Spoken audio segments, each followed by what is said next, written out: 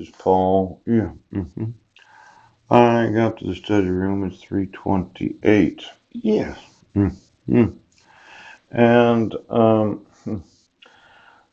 took me a little extra time to rearrange a few things. Yeah. But I'm here. Okay. Now, I did send some emails today. This whole concept of Gmail removing the actual screen prints in an email. Yeah. Really don't like it. I don't think it was a very good idea on their part. But I sent a lot of pictures, the decree of dissolution of marriage or domestic partnership. Yes. Legal separation. Declaration of invalidity, finality, appeal. Oh, conversion of degree. It looks like a decree of dissolution of marriage or domestic partnership. Or declaration of invalidity of the final when entered, subject to the right of appeal, an appeal which does not challenge the finding. Oops, oh my gosh. Declaration shall convert the legal a motion of either party. Now, no earlier than 6 months after entry of a decree of legal separation on motion part of the court shall convert should convert the degree of legal separation to a degree of dissolution of marriage.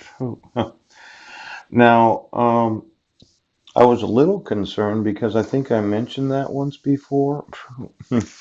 See, this concept of child abduction. Yes, you had a settlement conference center meeting. Then the proposed parenting plans, and then you had this a notice of hearing for a temporary order. Yes. And then declaration of mailing, declaration of mailing, but I didn't actually get it. Oh.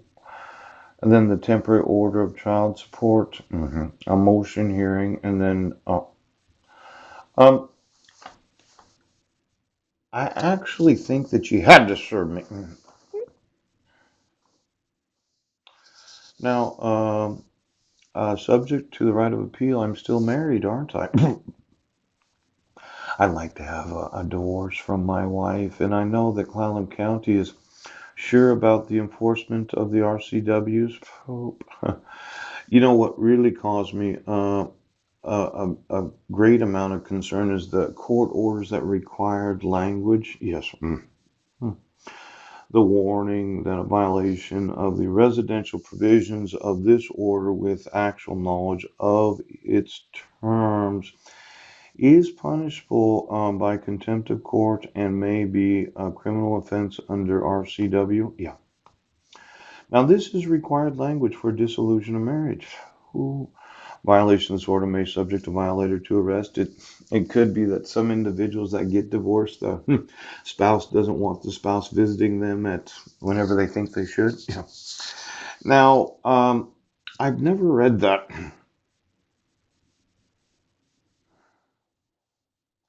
Now, I've never attempted to visit my wife. Yeah.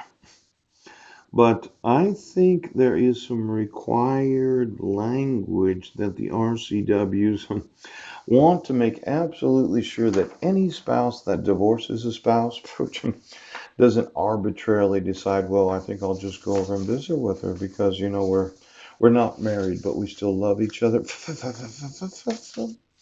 Now, what happens when you do a contempt of court of an actual dissolution of marriage where you received actual notice of court hearings?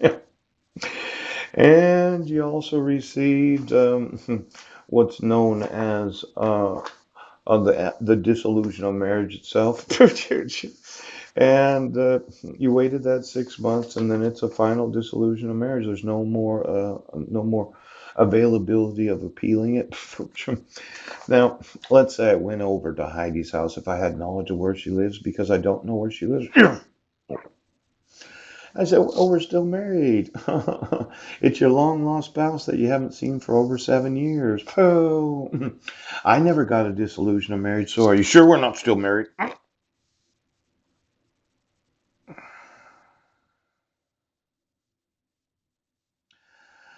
Now we're having a problem. Oh, uh-huh. Hmm. See, Exhibit A. Pooh. There's no signature of the petitioner. Yeah. Are you sure she wanted me to not visit with her? There's no signature of the petitioner on the copy that was served on me in the Sequim Public Library. Yes. This is or is not Christy Miller's actual signature. Now, I could bring this with me. Yes. Go visit her. Yep. Heidi, it's your husband that you left on Guam on July 2nd of 2011. And since I never got a dissolution of marriage and you never signed this, pooh, I'm kind of thinking, okay, that we're still married and you love me and you want me in your house.